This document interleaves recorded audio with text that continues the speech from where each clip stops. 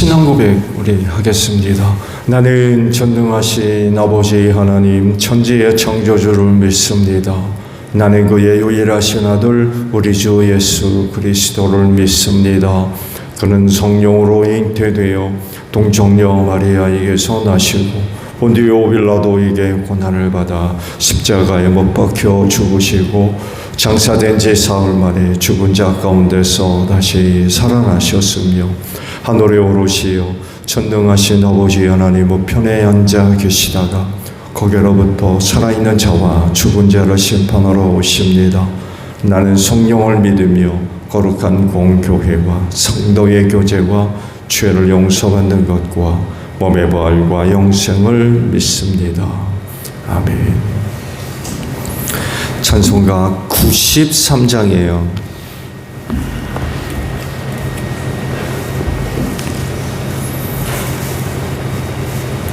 찬송가 93장입니다.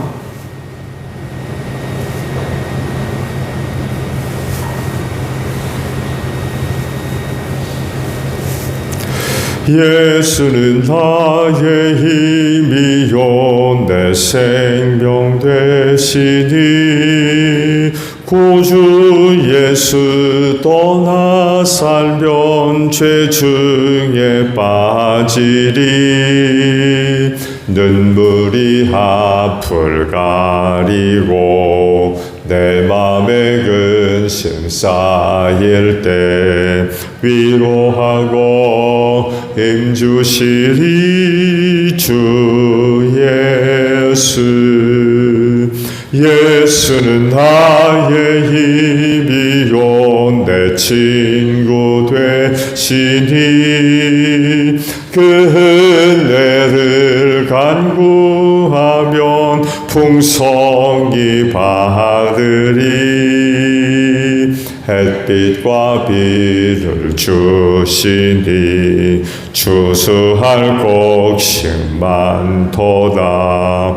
귀한 열매 주시는 이 주 예수. 예수는 나의 힘이요 내 기쁨 되시니 그 명령을 준행하여 늘 충성하겠네. 주야로 보호하시며 바른 길 가하시니 의지하고 따라갈 이 주 예수. 예수는 나의 힘이요 내 소망 되시니 이 세상을 떠나갈 때 곧 영생 얻으리. 한없는 복을 주시고 영원한 기쁨 주시니 나의 생명 나의 기쁨 주 예수. 마태복음 21장의 말씀이에요. 마태복음 21장 1절에서 11절까지입니다. 예수와 그 제자들이 예루살렘에 가까이 이르러 올리브산에 있는 벳박의 마을에 들어섰다. 그때 예수께서 두 제자를 보내시며 그들에게 말씀하셨다. 맞은편 마을로 가거라. 가서 보면 나귀 한 마리가 메어 있고 그 곁에 새끼가 있을 것이다. 풀어서 나에게로 끌고 오너라. 누가 너희에게 무슨 말을 하거든 주님께서 쓰려고 하십니다 하고 말하여라. 그리하면 곧 내어줄 것이다. 이것은 예언자를 시켜서 하신 말씀을 이루시려는 것이었다. 시온의 딸에게 말하여라. 보아라, 내 임금이 내게로 오신다. 그는 온유하시어 나귀를 타셨으니 어린 나귀 곧 멍에 매는 짐승의 새끼다. 제자들이 가서 예수께서 지시하신 대로 어미 나귀와 새끼 나귀를 끌어다가 그 위에 겉옷을 얹으니 예수께서 올라타셨다. 큰 무리가 자기의 겉옷을 길에다가 폈으며 사람들은 나뭇가지를 꺾어다가 길에 깔았다. 그리고 앞에 서서 가는 무리와 뒤따라오는 무리가 외쳤다. 호산나 다윗의 자손께 복되시다. 주님의 이름으로 오시는 분, 더없이 높은 곳에서 호산나. 예수께서 예루살렘에 들어가셨을 때에 온 도시가 들떠서 물었다. 이 사람이 누구냐? 사람들은 그가 갈릴리 나사렛에서 나신 예언자 예수라고 말하였다. 아멘. 오늘은요 4절의 말씀을 함께 나누려고 합니다. 이것은 예언자를 시켜서 하신 말씀을 이루시려는 것이었다라는 말씀입니다. 지금까지 세상에 등장했던 모든 사람들 가운데 예수님만큼 하나님의 뜻을 실현하고 계획을 이루며 말씀에 순종하신 분은 없습니다.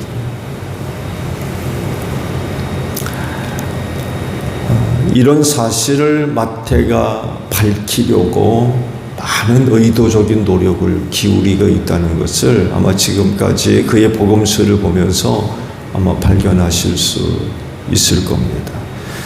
다른 복음서에는 이와 같은 의도가 잘 드러나지 않습니다. 그런데 마태의 복음을 보게 되면 그가 아주 의도적으로 구약의 예언의 말씀과 예수님의 생활과 아주 밀접하게 연결시켜요. 예수님이 왜 그렇게 하셨느냐라는 설명을 구약의 예언서의 말씀과 연결시키는 거죠. 이렇게 마태가 구약의 예언서의 말씀과 또 예수님의 생활을 밀접하게 연결시켰던 이유 중에 하나가 마태의 복음의 수신자가 누굽니까? 유대인들입니다. 유대 그리스도인들. 유대 출신의 그 사람들이 이제 복음을 볼 거거든요. 그들의 믿음을 더하기 위해서 믿음 없는 사람이 있다면 믿음을 생기기 위해서 아주 의도적으로 구약의 예언의 말씀과 아주 밀접하게 연결시켜서 예수님의 생활을 설명하려고 하는 아주 의도적인 노력들이 그의 복음서에서 많이 우리가 발견하게 됩니다. 오늘 아침에 보신 말씀도 바로 이런 것들을 우리가 발견할 수가 있죠. 예수께서 예루살렘에 입성하기 전에 두 제자를 빗박의 맞은편 마을로 보내시죠. 낙이 끌고 오너라. 너희가 건너가게 되면 어미 나귀가 새끼 나귀와 함께 있을 텐데 풀어서 가지고 와라. 데리고 와라. 끌고 와라라고 말씀을 하시죠. 이것을 두고 마태가 스가랴서에 있는 말씀, 스가랴 9장 몇 절입니까? 거기 주석을 달아놓은 것 보게 되면 9절이죠. 스가랴서 9장 9절에 있는 예언의 말씀을 이루시려고 예수께서 그런 행동을 하신 걸로 설명을 하고 있죠.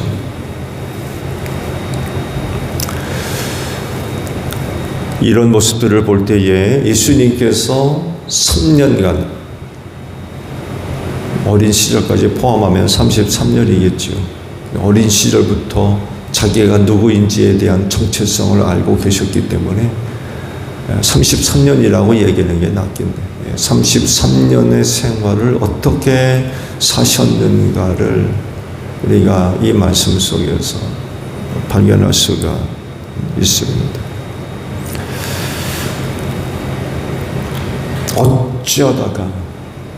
어쩌다가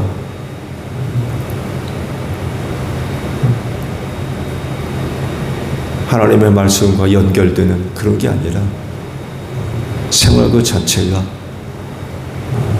하나님의 말씀과 특히 예언의 말씀과 아주 밀접하게 연결되어져 있는 곧 그의 생활이 하나님의 말씀을 성취하는 하나님의 계획을 이루는 그런 생활들이었다는 거예요. 특히 누가의 복음을 보게 되면 또 이런 점을 발견할 수 있죠. 종종 누가가 그렇게 표현하잖아요. 예루살렘을 향하여 올라가시더라. 그냥 목표점 없이 그냥 헤매는 그런 삶이 아니라 뚜렷했다는 거예요. 예수가 33년을 왜 살았는지, 뭘 위해 살았는지, 그걸 누가가 아주 명확하게 이야기를 해요. 예루살렘을 향해 올라가시더라. 이런 말씀들을 자주자주 합니다. 다른 복음서에는 또 없어요. 이런 표현들이. 이런 것들을 보게 되면 예수님의 그 생애가 그냥 하고 싶은 대로 그냥 어쩌다가 그런 생활이 아니었다는 거예요. 굉장히 계획적이고 의도적인 그런 그 생활이었는데 그것이 바로 하나님의 계획, 하나님의 뜻, 또 하나님의 말씀 이런 것들을 성취하고 이루려고 하는 그런 생활들이었다는 거예요. 그걸 오늘 말씀 속에서도 발견할 수가 있다는 거죠. 사람과 같이 되셨기 때문에 또 다른 사람과 다를 바 없었어요. 참 하나님이셨지만 그는 또한 참 사람이셨어요. 하나님이 사람이 됐다고 그래가지고 여러분 우리가 갖고 있는 어떤 부분들 예수님이셨으니까 그런 게 없었겠지. 그렇지 않아요. 사람과 같이 됐다는 얘기는 우리와 같았다는 얘기입니다. 예수님이 배고팠을까요? 안 배고팠을까요? 예수님이 뭐가 배가 고파요? 그런 말이 있어요?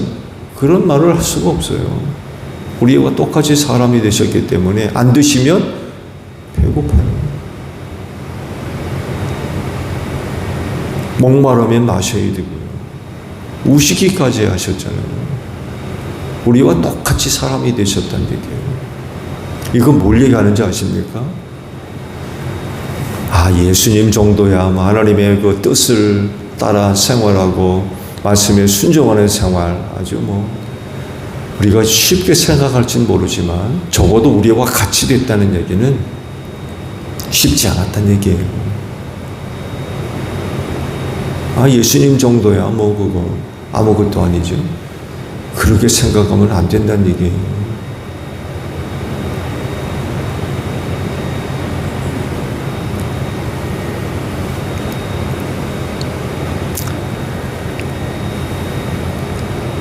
사람이 사람으로서 갖고 있는 모든 것들을 다 갖고 계신 분이셨어요. 인간의 본성, 속성, 본질 다 똑같았어요. 이런 사실을 뭘 얘기하느냐? 하나님의 말씀에 순종하고 그 뜻을 실현해 나갈 때에 많은 제한함이 있었다는 거예요. 제한되는 것들. 왜? 우리와 똑같이 되셨기 때문에.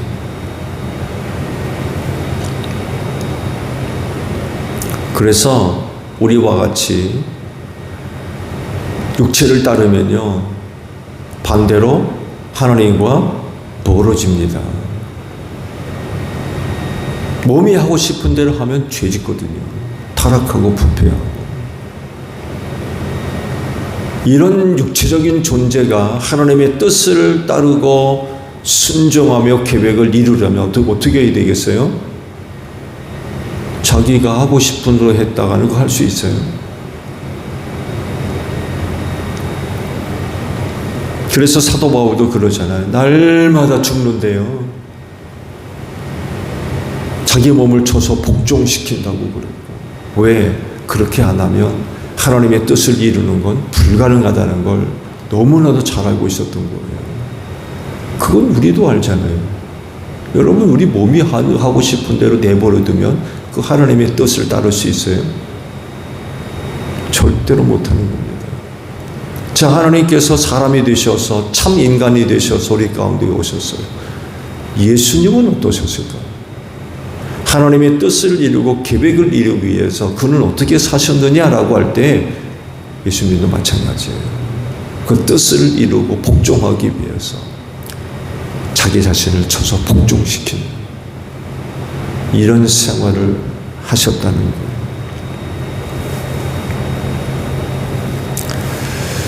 그래서 이런 일도 있었잖아요. 성령의 이끄심을 따라 광야로 나가서 금식 기도할 때 무슨 일이 벌어져요?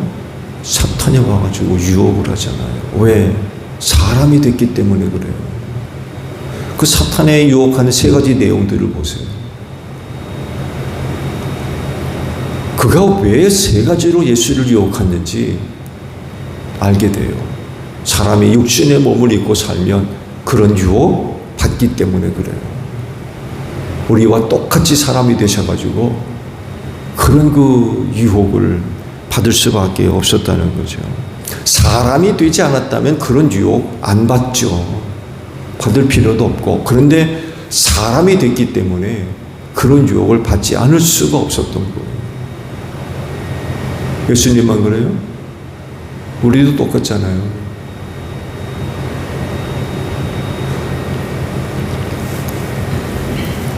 약했다는 얘기예요.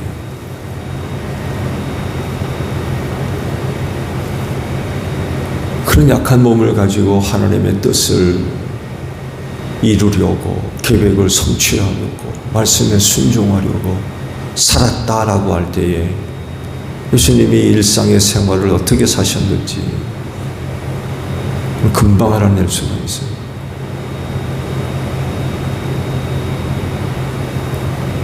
그렇게 능력을 행하고 기적을 행하고 표적을 행하는 그런 분이었음에도 불구하고 사람의 몸을 입고 사람이 되셨기 때문에 그런 몸을 가지고 하나님의 뜻을 이루고 계획을 실현해 나가는 그런 것 생활을 한다는 건 쉽지가 않은 거예요. 왜 자기 뜻대로 하고 싶은 마음이 없었겠습니까? 왜 몸의 욕구가 없었겠습니까? 우리랑 똑같이 사람이 되셨는데, 근데 그런 것들을 다 죽이고 하나님의 뜻을 실현하는 것 쉽지가 않은 거예요. 아, 예수님쯤이야 뭐 그게 아니라는 거예요.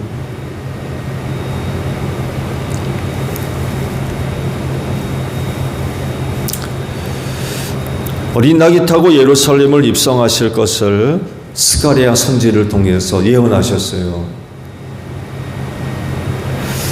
이것을 아시는 예수님은 그냥 걸어서 예루살렘에 입성할 수가 없었던 거죠. 알고 있는데요. 알고 있으면서 하나님의 그와 같은 예언의 말씀을 무시할 수 있어요. 알고 있는데도 여러분 그건 죄 짓는 겁니다. 그렇지 않나요? 아니 예언의 말씀에 너희 임금이 어린 낙이 타고 예루살렘에 입성할 것이라고 하나님이 이미 오래전에 예언을 하셨는데 그걸 알고 있는 예수가 아 이번에는 뭐 걸어가지 뭐 엉덩이에 땀띠기도 났는데 그건 죄 짓는 거예요. 예수님은 그러지 않으셨어요. 예언의 말씀을 이루기 위해서 제자들을 보내서 낙이 끌고 오게 하시고 그거 타고 예루살렘에 입성을 하신 거죠. 왜? 하나님의 그 말씀들, 계획들, 뜻을 실현하려고, 이루게 하려고.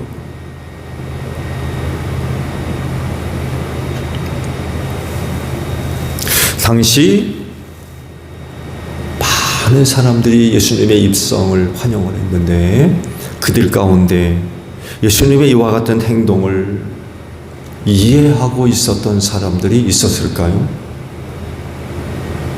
아니 예수님이 왜 저러지? 보세요. 두 제자가 낙이 끌고 올 동안 기다리셔야 돼요. 그렇잖아요. 아니 왜 저러고 계시지? 아니 예루살렘의 성을 코앞에다 두고는 들어가려고 하질 않는 거예요. 두 제자가 맞은편 마을로 가서 낙이 끌고 올 동안 기다리셔야 되잖아요.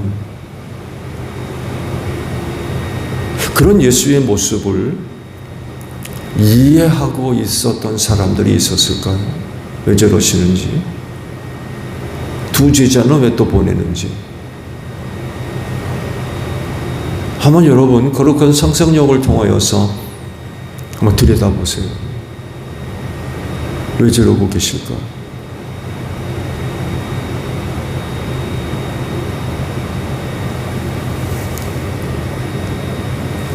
예수님의 그와 같은 행동, 모습을 이해하고 있는 사람들은 없었다고 보는 게 아마 정확할 겁니다.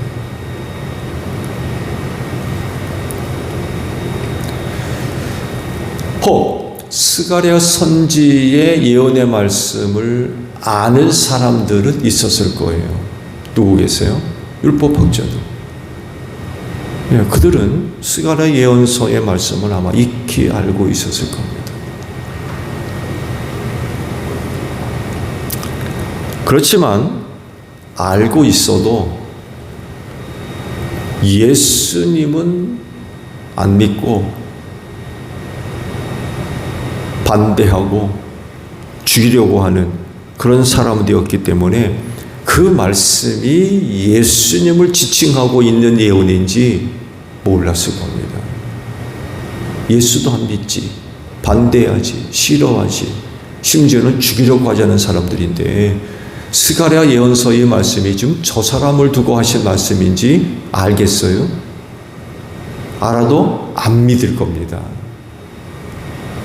왜? 반대하거든요. 예수님을 메시아로 인정하지 않아요. 그런데 스가랴서 예언의 말씀이 예수를 지칭하는 예언인지 믿겠느냐고요. 안 믿지. 스가랴서 예언서의 말씀은 알아도 예수를 믿지 않기 때문에 그 예언의 말씀이 예수를 두고 한 말씀인지 인정하려 들지를 않는 거예요.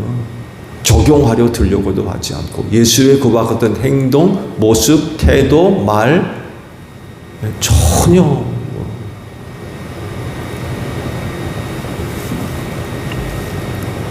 이제 후에 시간이 지나고 난 뒤 많은 시간이 흘렀죠. 적어도 예수 사후 30년에서 70년?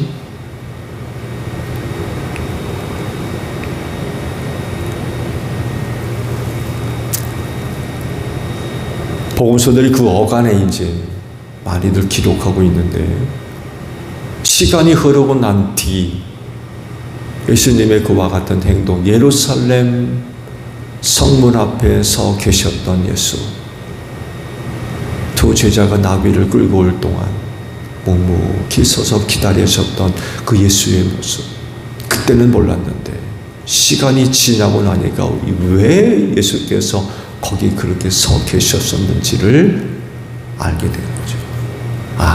스가랴서의 예언의 말씀을 이루시려고 그렇게 하셨던 거군요.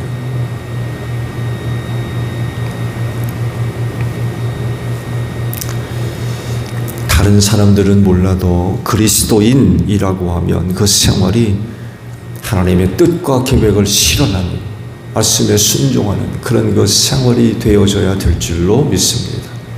사실 예수님 그리스도인들 입에 누가 그렇게 삽니까? 하나님의 말씀도 뜻도 모를 뿐만 아니라 알아도 못 살죠. 그거 살겠어요? 그렇지만 적어도 예수를 믿는 그리스도인이라고 하면 그 생활이 내가 하고 싶은 대로, 내 마음대로, 내 뜻대로, 끌리는 대로, 느끼는 대로 그렇게 사는 사람들이 아니라 하나님의 뜻, 하나님의 계획을 실현하는 삶,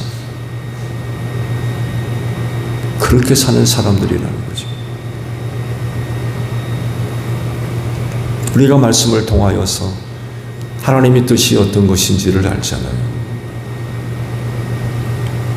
하나님의 계획이 무엇인지를 알고,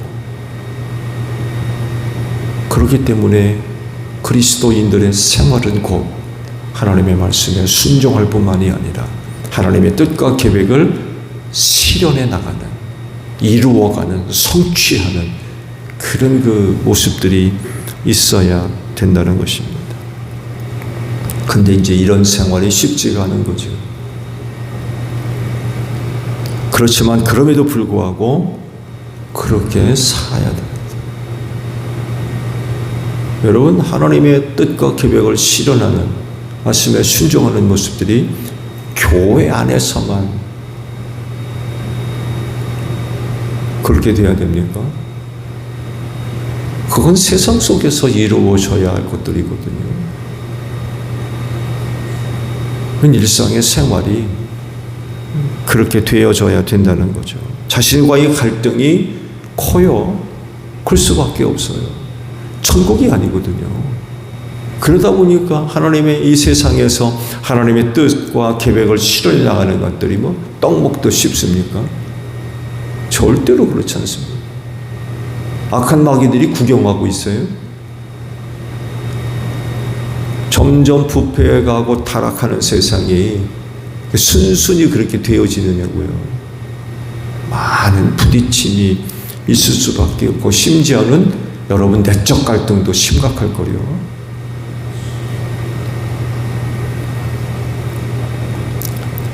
그렇다 할지라도 그런 자신, 그런 세상을 극복하며 하나님의 뜻을 이루어가는 그런 그 생활들이 있어져야 되겠죠.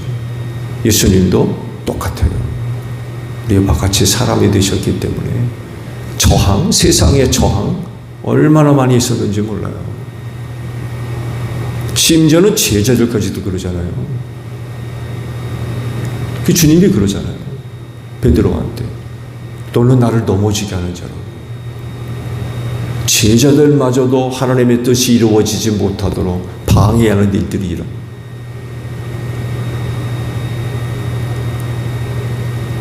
우리가 말씀을 봤죠. 심지어는요, 예수님에 대한 소문이 어떻게 났는지, 귀신 들렸다, 뭐 미쳤다, 이런 소문이 들어가지고 예수님의 식구들이 예수님을 잡으려고 다녔어요. 식구들마저, 형제들 안 믿었습니다. 예수가 승천하고 난 뒤에야 그 식구들이 예수를 영접하고 그랬지, 예수님 살아있는 동안에는요 안 믿었습니다. 식구들도 그랬어요. 아, 예수님인데 뭐 그게 아니라니까요. 우리와 똑같이 되셨기 때문에 하나님의 계획, 하나님의 뜻, 생활을 통해서 실현해 나가는 일이 결코 쉽지가 않았어요. 그 많은 갈등들, 어려움들, 방해들 다 극복해 나가야 돼요. 심지어는 자기 자신과도 끊임없이 싸우셨을 거예요. 사람이 되셨기 때문에 우리의 육체가 순수하지 않습니다. 하나님의 뜻을 실현하도록 우리의 육체가 내버려 둡니까? 자꾸 부딪히지. 그거 그냥 쉽게 이루어진 일들이 아니었어요. 그렇다면 우리도 그렇게 해야 된다는 거죠. 예수님 같이 하나님의 뜻을 실현하기 위해서 부단히 애쓰는 그런 그 생활들이 있어야 된다는 거예요. 그 주님이 그러셨죠. 주여 주여 하는 자들 천국에 가는 게 아니래요. 아무리 주여 주여 많이 부른다고 해가지고 천국 가는 게 아니라는 거예요. 어떻게 해야 돼요? 아버지의 뜻을 이루어 가야 된다. 하나님의 뜻을 이루는 자들, 그런 자들이 천국에 간다는 거예요. 아무리 많이 부른다고 해가지고 되는 일이 아니라는 거예요.